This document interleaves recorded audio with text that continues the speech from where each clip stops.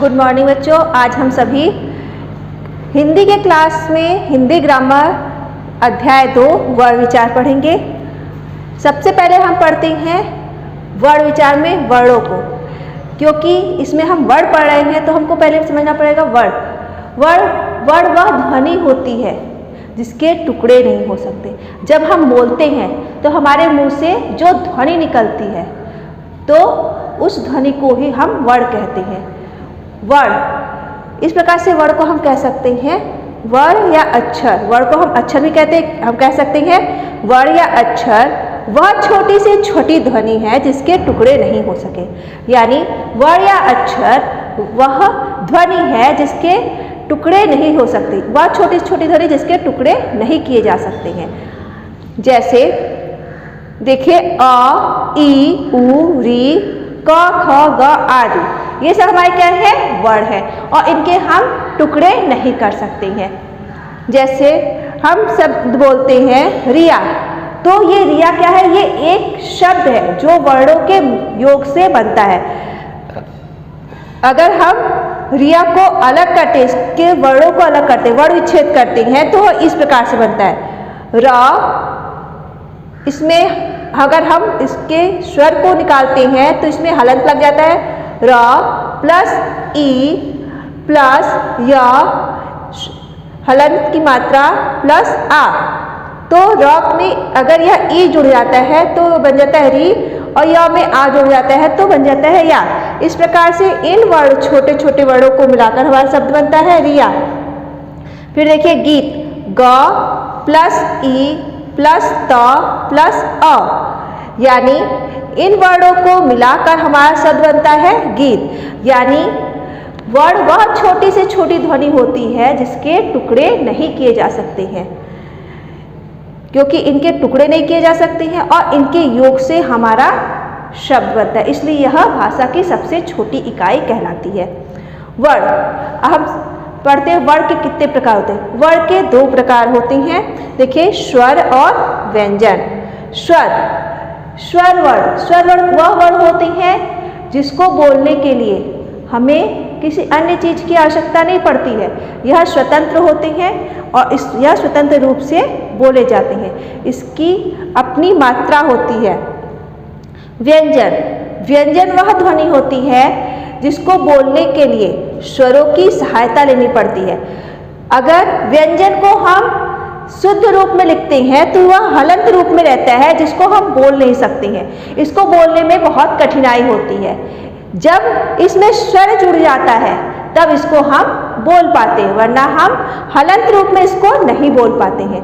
जैसे अगर हम क बोलते हैं तो उसमें हमारा स्वर जुड़ा रहता है। यानी व्यंजन वह वर्ण होते हैं जो स्वरों की सहायता से बोले जाते हैं, लेकिन स्वर वह वर्ण होते हैं जो स्वयं बोले जाते हैं, वह स्वतंत्र होते हैं। इनको बोलने के लिए किसी अन्य चीज की आवश्यकता नहीं होती है।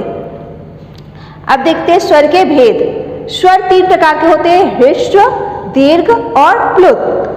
ह्रस्व स्वर में अ, ई, उ और री आते हैं। इसको हम एक मात्रिक शब्द भी कहते हैं। दीर्घ स्वर, इसमें आता है आपका आ, ई, उ, ए, ऐ, ओ, औ। इसको हम द्विमात्रिक शब्द भी कहते हैं। ह्रस्व स्वर क्योंकि एक मात्रिक शब्द कहते हैं जैसे, और इसको बोलने समय बहुत कम समय लगता है, एक मात्रा का समय लगता है, इसलिए हम इसको एक मात्रिक शब्द, एक मात्रिक अक्षर कहते हैं, वर्ण कहते हैं। दीर्घ स्वर को हम द्विमात्रिक स्वर भी कहते हैं क्योंकि इसको बोलने में 2 मात्रा का समय लगता है। जब हम कहते हैं का, तो क और आ 2 वर्ण बोलते हैं, तो इसमें हमें 2 मात्रा का हमें समय लगता है। तो यहाँ हो जाएगा हमारा क्या? द्विमात्रिक स्वर। दीर्घ स्वर क्या हुआ? द्विमात्रिक स्वर। प्लुत, क्योंकि इसको बोलने में दीर्घ और ह्रस्व से तिगुना समय लगता है, तो इसको हम त्रिमात्रिक स्वर भी कह सकते हैं। क्योंकि इसको जब हम बोलते हैं तो इसमें हम तिगुना समय लेते हैं। जब हम बोलेंगे ओम तो इसमें हमें 3 मात्राओं का समय लगता है, इसलिए हम 3 मात्रिक भी कहते हैं। इसका प्रयोग किसी को अधिकतर बुलाने में किया जाता है। तो ओम, इसका ये शब्द होता है ओम। हमारे स्वर 11 होते हैं, देख सकते हैं आप। ह्रस्व अ ई उ री 4, आ दीर्घ स्वर आ ई उ ए ओ औ 7। ये मिला के कितने आपके स्वर हुए? 11 स्वर हुए। व्यंजन, व्यंजन आपके 4 हैं, स्पर्श व्यंजन, अंतस्थ व्यंजन, ऊष्म व्यंजन और उत्क्षिप्त व्यंजन। स्पर्श व्यंजन, स्पर्श व्यंजन किसे कहते हैं पहले ये जानेंगे। स्पर्श व्यंजन वो व्यंजन जिसको बोलते समय हमारी जिह्वा मुख के किसी ना किसी भाग को स्पर्श करती है, उसको हम कहते हैं स्पर्श व्यंजन। स्पर्श व्यंजन में क से लेकर म तक के 25 स्वर आते हैं। उसके बाद आता है हमारा अंतस्थ व्यंजन। इसमें हमारी जिह्वा पूरी तरह से मुख के किसी भाग को स्पर्श नहीं करती, स्पर्श करते लेकिन पूरी तरह से स्पर्श नहीं करती है, तो हम कहते हैं अंतस्थ वर्ण, जिसमें ये 4 वर्ण आते हैं य, र, ल और व। फिर आता है हमारा ऊष्म वर्ण। ऊष्म से आप लोग को समझ में आई होगा, ऊष्म मीन्स गर्मी।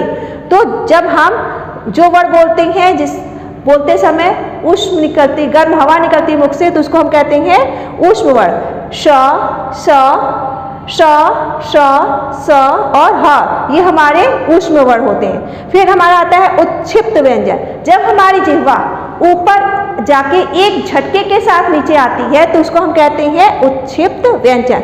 जैसे ड, ढ, इसमें हमारी जिह्वा ऊपर जाकर झटके के साथ नीचे आ जाती है, तो हम इसको कहते हैं उत्क्षिप्त व्यंजन। फिर आता है हमारा संयुक्त व्यंजन। देखिए, संयुक्त व्यंजन वो व्यंजन होते हैं जो 2 व्यंजनों के योग से बनते हैं, जैसे छ, त्र, ज्ञ और श। छ ये क और श से मिलकर बनता है, त्र त और र से, ज्ञ ज और य से मिलकर ज्ञ बनता है, श और र से मिलकर हमारा श्र वर्ण बनता है। अब देखिए उच्चारण स्थान, वर्णों का उच्चारण स्थान। वर्ण जब हम बोलते हैं तो इनके बोलने का कोई ना कोई स्थान निश्चित किया गया है, तो वह स्थान क्या होते हैं, इसको हम इस प्रकार से देखेंगे। इनको बांटा गया है। सबसे पहले हम देखते हैं वर्ग। वर्ग के आधार पे हम लोग व्यंजनों को बांटते हैं, क्योंकि पूरे व्यंजन हम ऐसे ही बोलेंगे तो बहुत टाइम लगेगा, तो इसको एक वर्ग का नाम दिया गया है, एक नाम दे दिया गया है क वर्ग, च वर्ग, ट वर्ग और त वर्ग और प वर्ग। क वर्ग, क वर्ग में क वर्ण वाले 5 अक्षर आते हैं, एक वर्ग में 5 अक्षर आते हैं और पहले अक्षर के नाम पे इसका नाम पड़ता है। जैसे क वर्ग, इसमें 5 अक्षर आते हैं, क, ख, ग, घ, अंग। तो शुरू का आपका वर्ण क्या है? क, तो इसके नाम पे इसका नाम पड़ा क वर्ग, यानी क वर्ण वाले वर्ग। अब ये देखिए इसका उच्चारण स्थान क्या होता है? क वर्ग वाले और आपका स्वर में अ और आ, इसका उच्चारण स्थान होता है कंठ। कंठ, और इसको हम नाम देते हैं कंठस्थ। कंठ यानी जो गले से बोले जाते हैं उसको हम कहते हैं कंठस्थ। फिर च वर्ग आता है, च वर्ग और स्वर में छोटी, बड़ी, य और श, ये हमारे जो वर्ण होते हैं यह तालु से बोले जाते हैं। इसको नाम दिया गया है तालव्य। तालु, जब हमारी जिह्वा मुख के ऊपर भाग पे जाती है उसको हम कहते हैं तालु। फिर आता है हमारा ट वर्ग।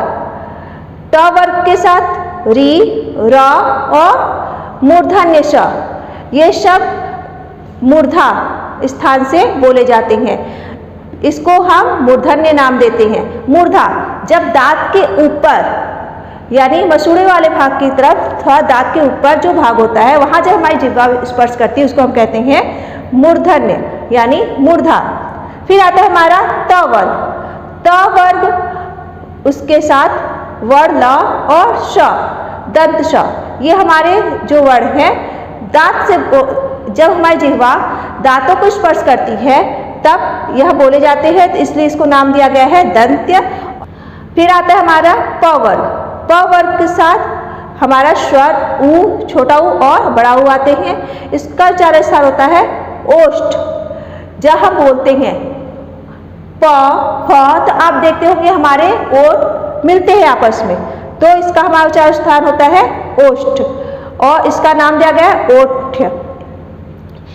हमारा स्वर ए और ए, इसका उच्चारण स्थान होता है कंठ और तालु। जब हमारा यहाँ से और जिह्वा ऊपर से बोलती है, लगती है, तो उसको हम कहते हैं कंठ तालव्य, यानी उच्चारण स्थान हमारा होता है कंठ और तालु।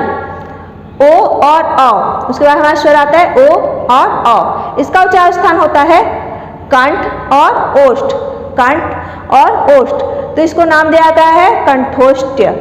फिर हमारा आता है उच्चारण स्वर आता है व का उच्चारण स्थान होता है दंतोष्ठ। केवल यह एक वर्ण है जो दंत ओष्ठ से बोला जाता है, दंत और ओष्ठ से, इसको नाम दिया गया है दंतोष्ठ। फिर हमारा आता है वर्ण य, अंग, ड़, न, म और अंग। अंग जो भी आपके वर्ग हैं, क वर्ग, च वर्ग, ट वर्ग, त वर्ग और प वर्ग, इनके जो भी पांचवा वर्ण है, यह इनके साथ तो बोला ही जाता है, इनका उच्चारण स्थान वो भी होता है, और इसके साथ इसका उच्चारण स्थान नाक से भी होता है, तो इसको हम नासिका के अंदर भी रखते हैं। फिर आता है हमारा, देखिए, अयोग वा।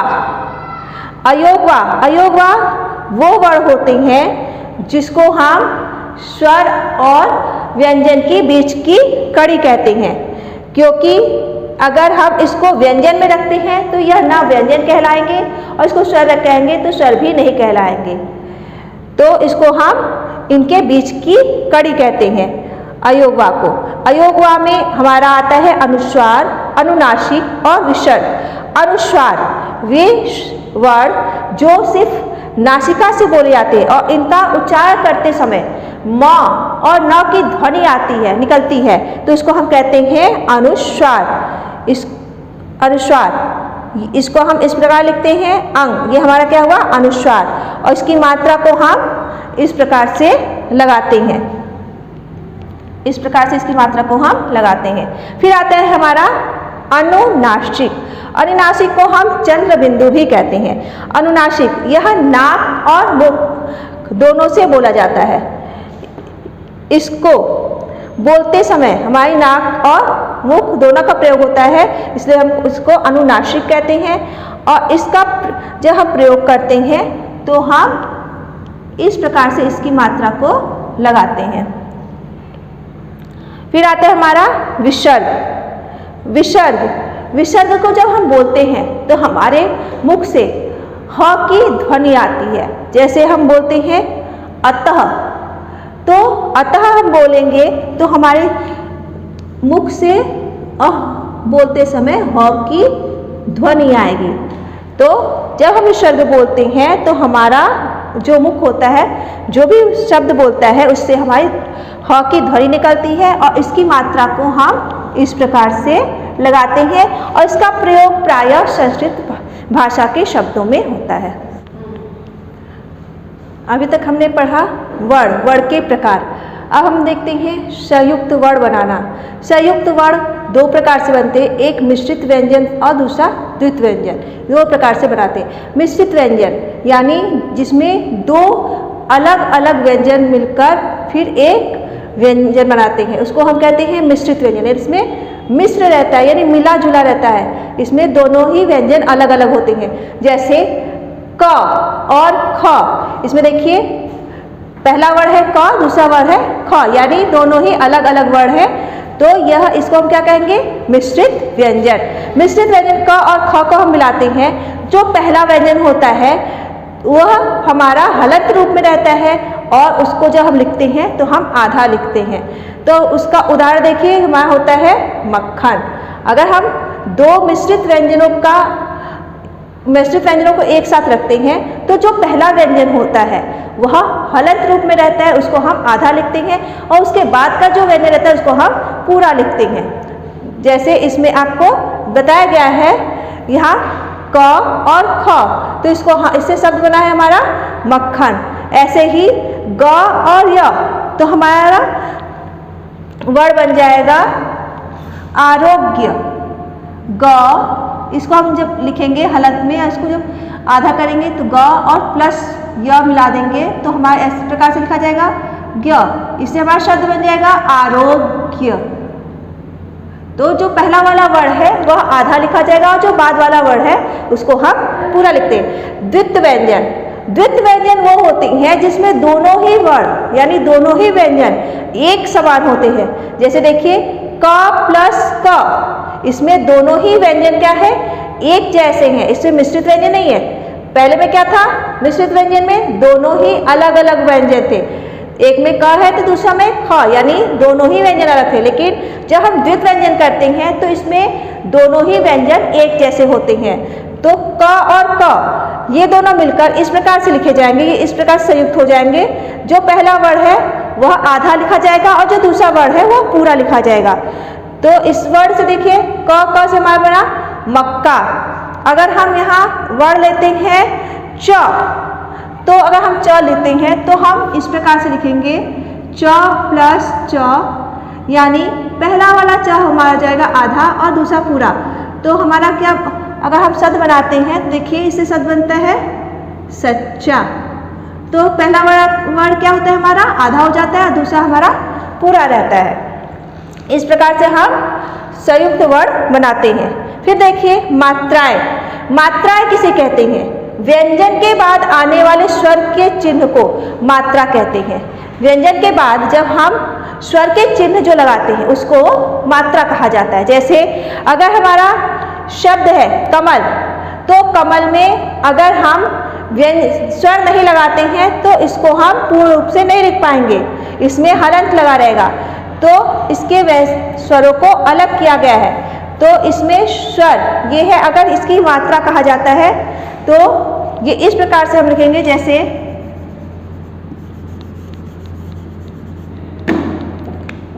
कि हमारा वर्ण हुआ, ये हमारा शब्द हुआ गीता।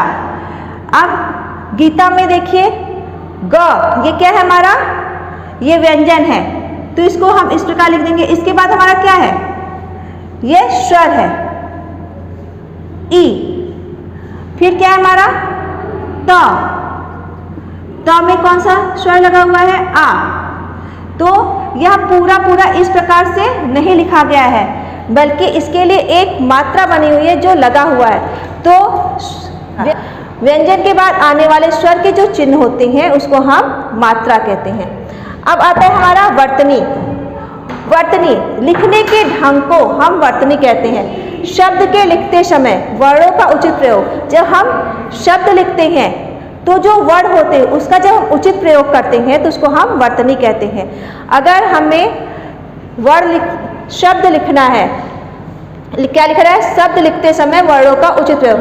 अगर हमको शब्द लिखना है, अगर मान लीजिए कमल लिखना है तो हम क के बाद म और म के बाद ल ही लिखेंगे। ये नहीं कि पहले हम म लिख दिए फिर ल लिख दिए फिर क लिख दिए, इस प्रकार से हमारा कमल नहीं लिख पाएगा।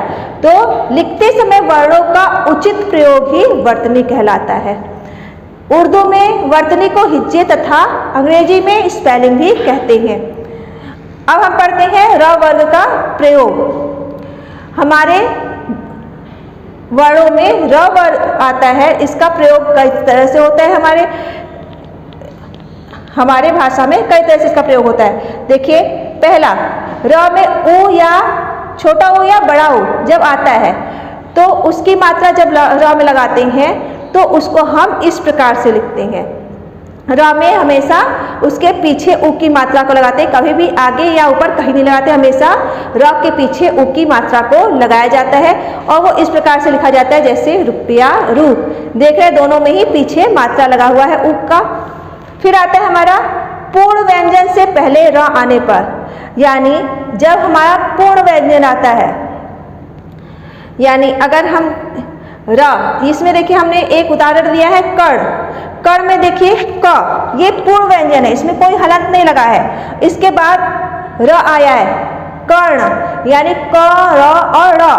तो जब पूर्ण व्यंजन आता है उसके बाद अगर र आता है तो उसको हम इस प्रकार से ऊपर लगाते हैं।